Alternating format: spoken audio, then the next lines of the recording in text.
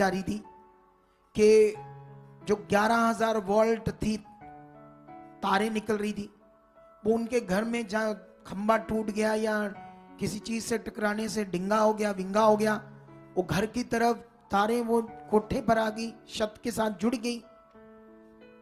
तो अब ये गवाही देने का मकसद क्या था? मकसद ये था कि कुछ भी खतरनाक हो सकता था, क्योंकि 11,000 वोल्ट की बड़ी सारी बातें दुनिया में हुई है। जैसे यहां तारे हैं ना, तो कोई बंदा 8 फुट पर कुछ कर रहा था, उसने खींच लिया अपनी ओर, 8 फुट से खींच लिया और बंदा सड़ गया। इतनी तेज होती है वो बत्ती। गवाही का मकसद था, जब दीवारों में करंट आ गया, कुछ चीजें जल गई, मतलब जब इतना खतरनाक करंट उनके घर में आ गया तो कुछ भी खतरनाक हो सकता था, जानी मानी नुकसान हो सकता था। लेकिन गवाही का मतलब था खुदा ने उसे बचाया है। गवाही का मेन मकसद था, वो खतरनाक करंट था, खतरनाक टाइम था, लेकिन जीवंत परमेश्वर ने बचाया है। उसने वादा किया, मैं तुम्हें संभालूंगा। किन लोगों को? जो उसके ठहराए हुए स्थान, उसकी छाया के नीचे, मतलब कॉन्टिन्यू उसकी इच्छा में चल रहे, जो वो चाहता है वो कर रहे हैं, जो परमेश्वर चाहता है उसके वचन को पूरा कर रहे हैं, उस पर ध्यान दे रहे हैं, उससे प्यार कर रहे हैं, उसके साथ लगन लगी हुई, उसके बिना रह नहीं पा रहे, उसकी संगति के बिना नहीं रह पा रहे, वो बचाए जाएंगे। प्रोटेक्शन होगी, उनकी सहायता होगी, उनकी कमाई में बरकत होगी, ठेके आएंगे, काम बढ़ेंगे, बच्चे अच्छे होंगे, बच्चों में भी आगाकारी आएंगी, बच्चे भी अच्छे निकलेंगे और आगाकारी बनेंगे, अच्छे पढ़ लिख जाएंगे, मुकाम बढ़ जाएंगे। किनके साथ ये होगा? जो परमेश्वर के ठहराए हुए स्थान छाया के नीचे रहेगा। और ये कैसे होगा? पवित्र आत्मा के द्वारा। तुम्हें ये प्रैक्टिकल करने में ध्यान देना है। अभी पैम्फलेट किनके पास है पवित्र आत्मा के प्रैक्टिकल का? कर रहे हो? सुबह 40 मिनट, सुबह शाम को 40 मिनट। जब पूरा हो जाएगा 41 दिन, फिर पूछना क्या करना आगे। इधर टीम को आकर मैं बता दूंगा टीम को, ठीक है? या मैं पुलपट से ही कभी अनाउंस कर दूंगा, ताकि दूर नेड़े वाले लोग सब समझ जाएं। हालेलुया! ऊंचा वाला बोलो हालेलुया। तो यहां पर यीशु मसीह निकोदेमस को चाहता था कि निकोदेमस शरीर की चीजें छोड़ दे और वो पूछे कि आत्मा क्या है, आत्मा से नया जन्म क्या है, आत्मा का प्रैक्टिकल क्या है। लेकिन वो आगे से शारीरिक था, वो उल्टा पुल्टा बातें कर रहे हैं। क्या कर रहा है यीशु मसीह से?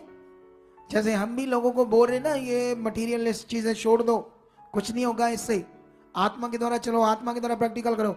वो आगे से शारीरिक है, ऐसे बोलते। शारीरिक तो विरोध करेंगे आत्मा की चीज का। हालेलुया! तो इसीलिए आपको समझना पड़ेगा ये वचन, क्योंकि शेर में लिखा, क्योंकि जो शरीर से जन्मा है वह शरीर है, और जो आत्मा से जन्मा वह आत्मा है। अचंबा ना करके मैंने तुझसे कहा, तुझे नए सिरे से जन्म लेना अवश्य है। हवा जिधर चाहती है उधर चलती है, और तू उसका शब्द सुनता है, परंतु नहीं जानता कि वह कहां से आती है और किधर को जाती है। जो कोई आत्मा से जन्मा है वह ऐसा ही है। निकोदेमस ने उसको उत्तर दिया, ये बातें कैसे हो सकती है? ये सुनकर यीशु ने उससे कहा, तू इजराइलियों का गुरु होकर भी क्या इन बातों को नहीं समझता? मैंने तुझसे सच सच कहता हूं कि हम जो जानते हैं वह कहते हैं, और जिसे हमने देखा उसकी गवाही देते हैं। मतलब यहां पर यीशु मसीह शरीर और आत्मा का विषय समझा रहे थे। उसने कहा, हम जो जानते हैं वो बोलते हैं, हमने जो देखा है वो बोलते हैं, हाँ देखा है। तो मतलब शरीर से देखा है, लेकिन आत्मा का विषय अनदेखा है, आत्मिक है, अलग है, बहुत पावरफुल है, जो मनुष्य को समझना क्या है, बड़ा जरूरी है। जब तुम बाइबल के अंदर पढ़ोगे प्रेरितों की बुक, तो प्रेरितों की बुक में स्टार्ट होता है पवित्र आत्मा का प्रबंध, ठीक है? तो ये जो पवित्र आत्मा का प्रबंध का विषय है, पूरी बुक में तुम्हें पूरी बुक 5-6 बार लगातार पढ़नी चाहिए। प्रेरितों की बुक। वहां पर क्या क्या हो रहा था, कैसे आत्मा मिल रहा था लोगों को, और कैसे लोग आत्मा के द्वारा चल रहे थे, और चेले भी आत्मा में बदल रहे थे धीरे धीरे। एकदम से सारा कुछ नहीं हो गया चेलों के द्वारा भी, आत्मा के द्वारा। वो भी बीच में कुछ कुछ मिस्टेक्स कर रहे थे। आप जब पढ़ोगे ना 6 अध्याय प्रेरितों का बुक और 7 अध्याय, तो वहां पर ना उन लोगों ने लंगर की सेवा करने वाले भी, जिनके पास पवित्र आत्मा से परिपूर्ण थे, आत्मा के द्वारा चलना आता था और विश्वास में परिपूर्ण थे, उनको लगाया था। सोच कर देखो, लंगर की सेवा के लिए अगर यहां पर वॉलेंटियर है, दूसरे तीसरे लोग हैं, तो उनका भी आत्मा से भरना क्या है, जरूरी है। अगर वो आत्मा से नहीं भरे तो किसी के भी साथ बात करेंगे उल्टी पुल्टी, उसका मन खराब कर देंगे, गुस्से से बात करेंगे, अगले को ठोकर खिला देंगे, कुछ भी कर सकते हैं जो शरीर में होंगे। अगर आत्मा में होंगे तो अच्छे से बात करेंगे। ये बड़ा विषय है, इसीलिए प्रेरितों ने बाइबल में लिखा है। ये मैं थोड़ा सा पढ़कर आपको समझाना चाहता हूं, हल्का सा आपके लिए, चैप्टर 6 में, ताकि हमें ये विषय समझ आए।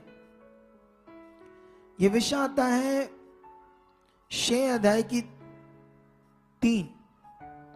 इसलिए है भाइयों, जब उनमें झगड़ा, कुछ ऐसी चीजें खाने पीने की, लंगर के विषय में प्रॉब्लम चल रही थी, तब पतरस ने क्या कहा, हे भाइयों, अपने में से 7 सुनाम पुरुषों को जो पवित्र आत्मा और बुद्धि से परिपूर्ण हो चुन लो, कि हम उन्हें इस काम पर ठहरा दें।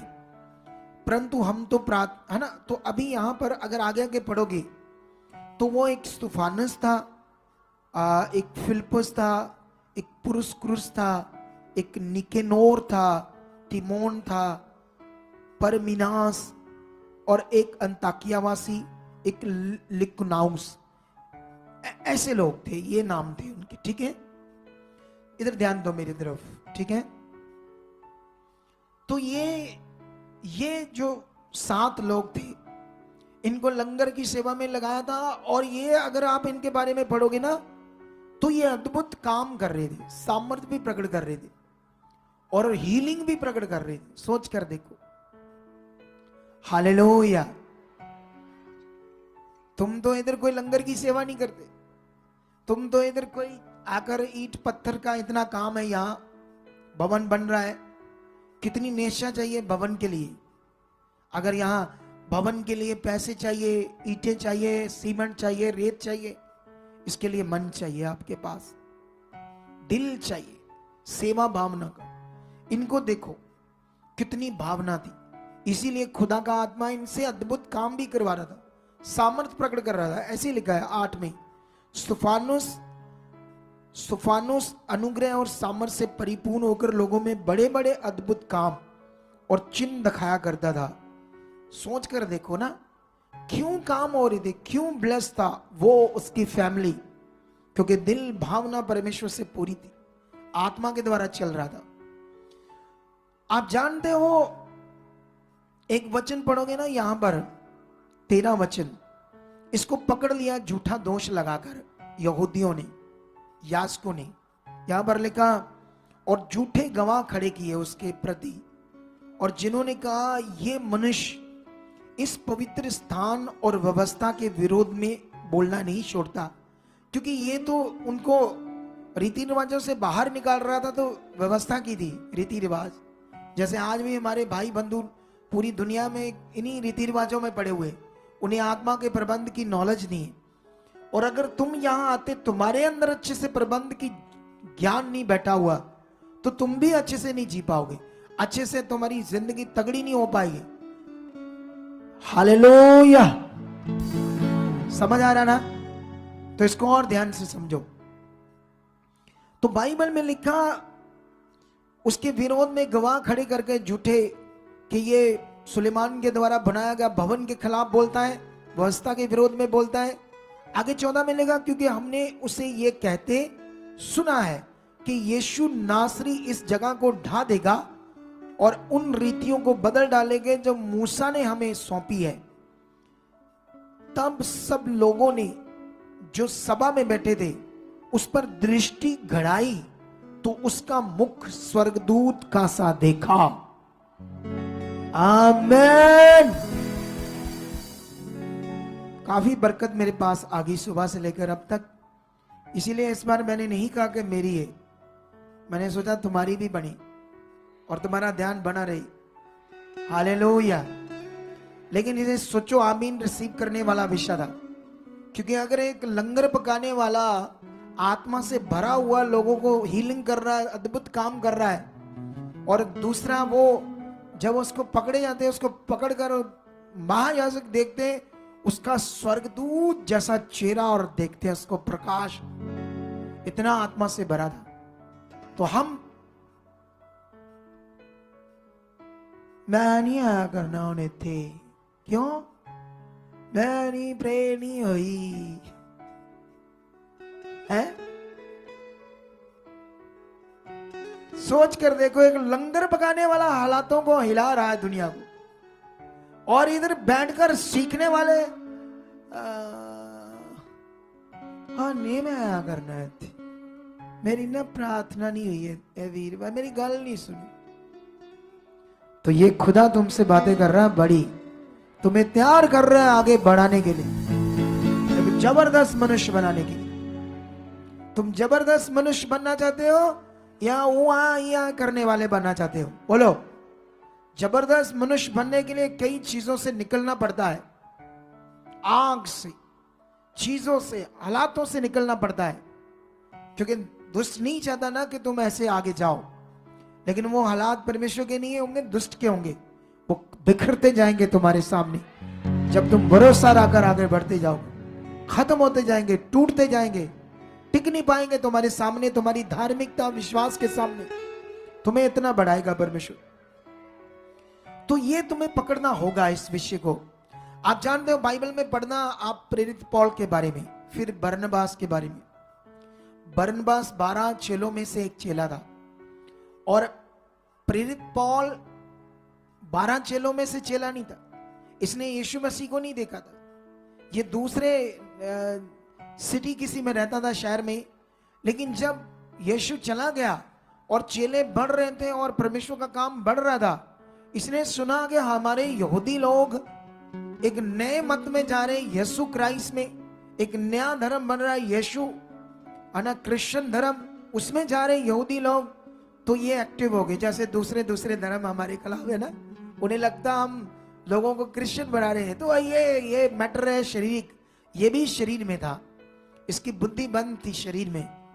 और जब इसको और बरनबास को, बरनबा ने इसको जीता, नहीं यीशु तो सीधा उसके पास आया, लेकिन यीशु इसको लेकर चेलों के बीच में बरनबास आया, कई सारे इसको पॉइंट्स खाए।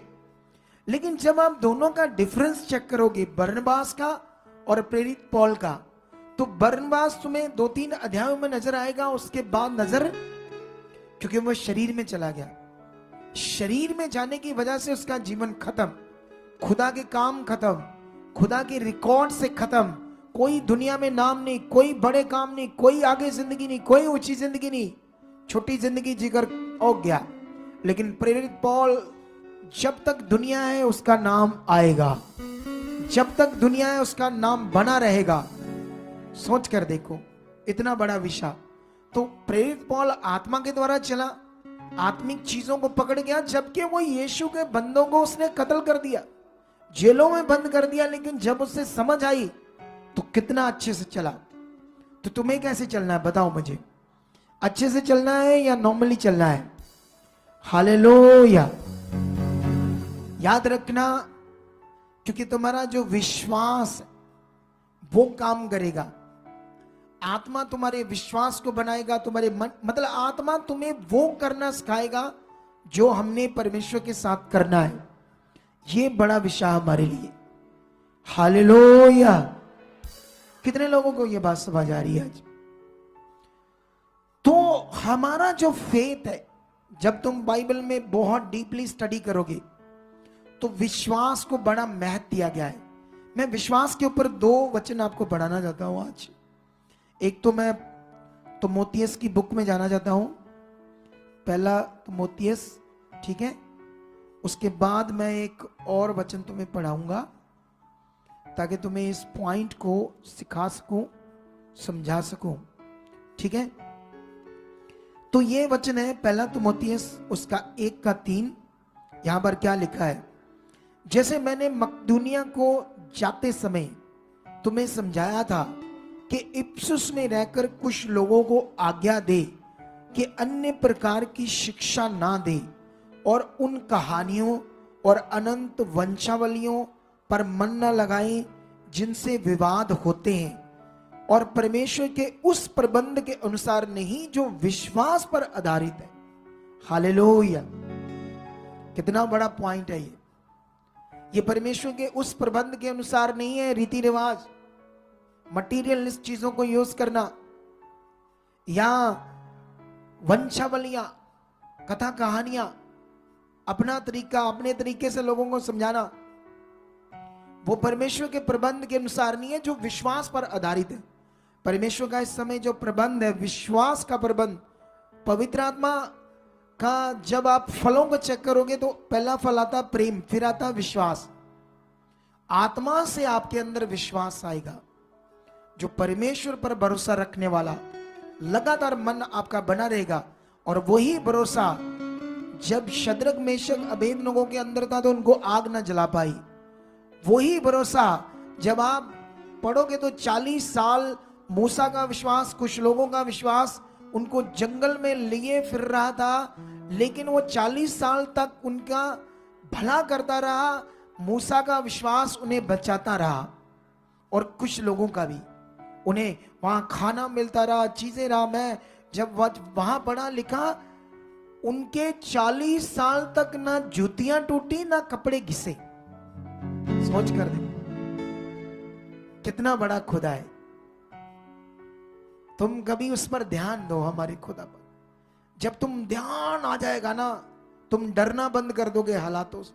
तुम्हें पता होगा वो कितना ताकतवर है, तुम्हें पता होगा उसके साथ जीना है, तुम्हें पता होगा उसकी इच्छा को सबसे पहले पूरा करना है, और वो इच्छा पूरी करनी हमारे लिए जबरदस्त जीवन है, बरकत, आशीष। जो कुछ तुम खुदा के लिए करते हो, चाहे तुम इधर आकर सेवा करते हो, चाहे तुम इधर भवन बन रहा है खुदावंद का, पीछे आकर सेवा करते हो, या खुद सामान देते हो, मटेरियल देते हो, वो व्यर्थ है।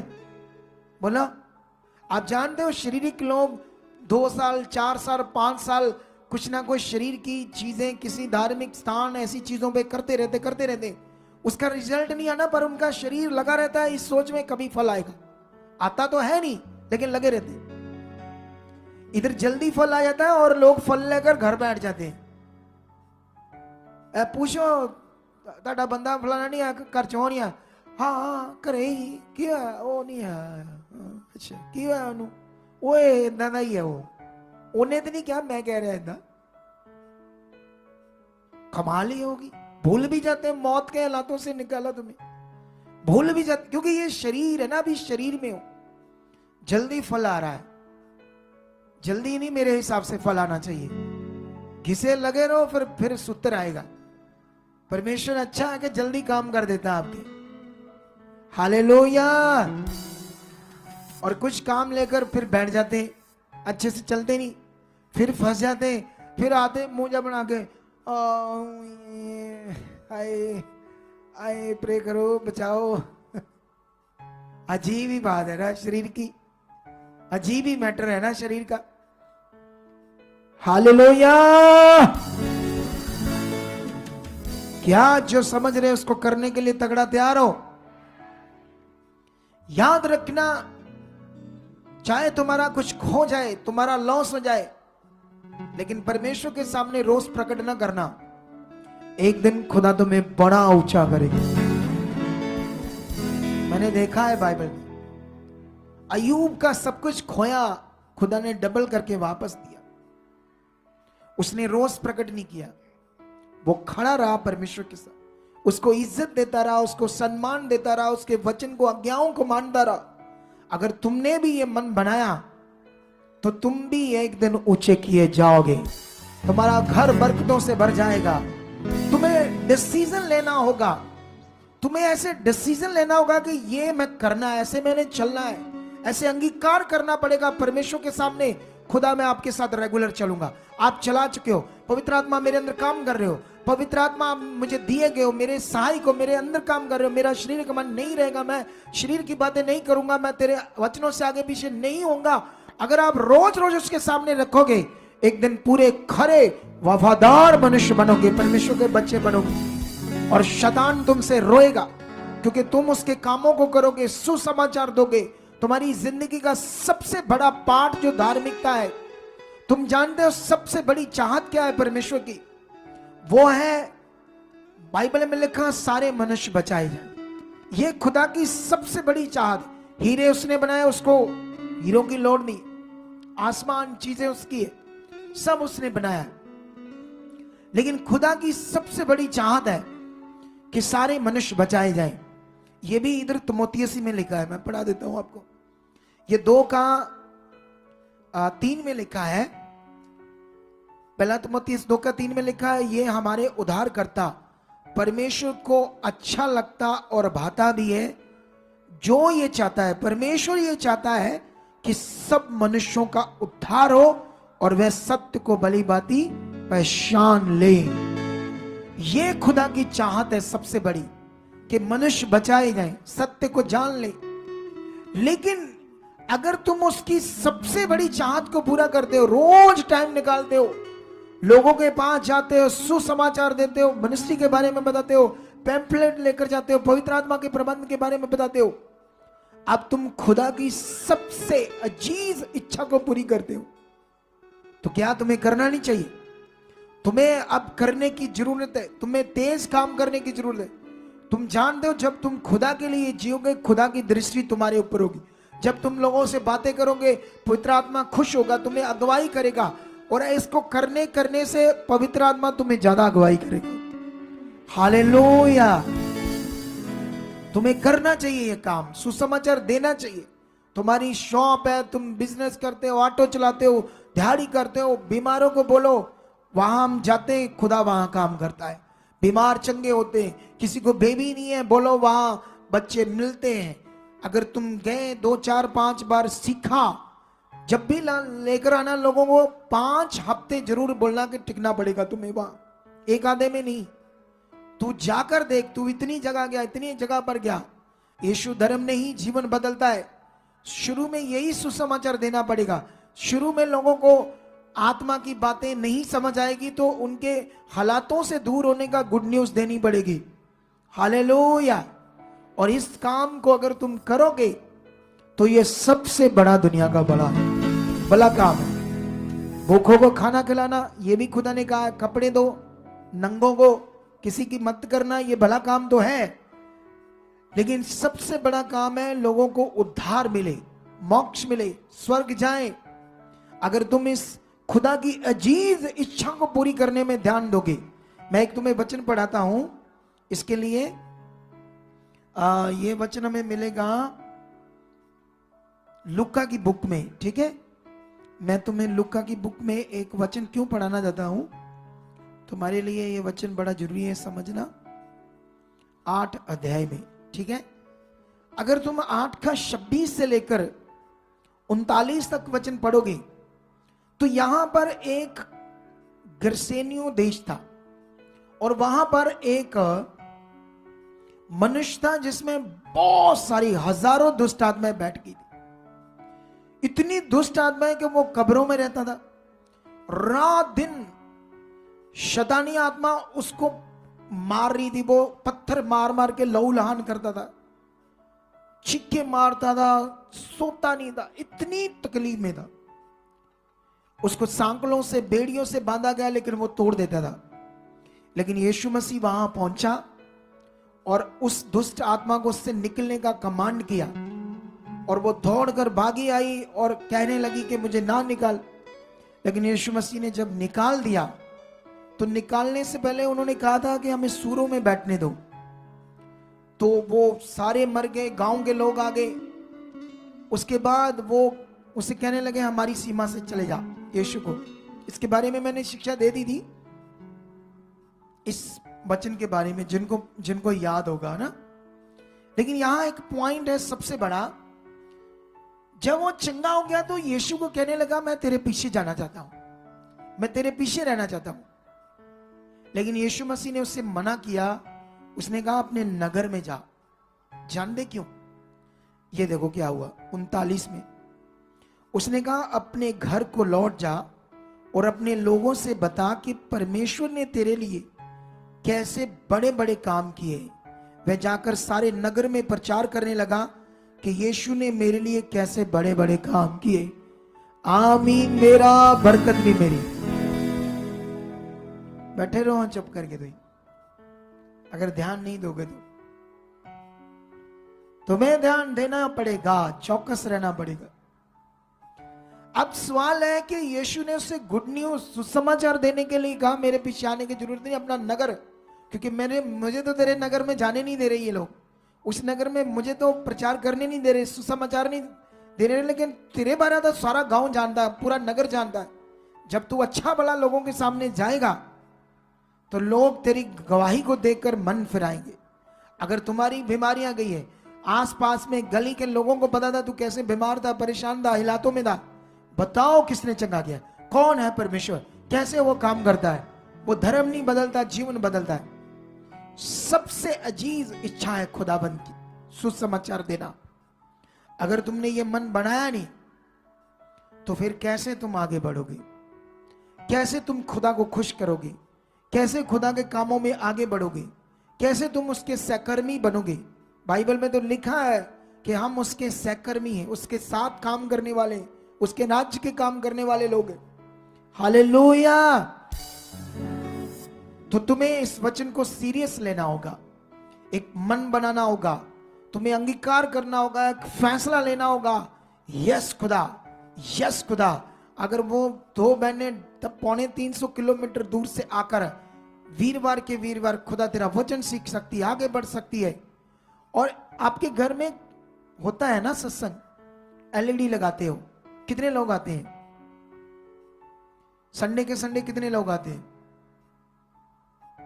एलईडी लगाकर आप दिखाते हैं इधर का लाइव। हाँ जी, कितने आते हैं संडे के संडे? 35 तक तो आ जाते हैं। 35 तक आ जाते हैं। और भी हैं लोग, ज्यादा भी हैं। हाँ जी, जैसे कई बार छुट्टी नहीं होती है तो नहीं आ पाते हैं, लेकिन 35-40 आते हैं। यस लेकिन अगर आप प्रार्थना करोगे परमेश्वर यहाँ हजारों चाहिए, हजारों आ जाएंगे। यस आमीन। हालेलुया।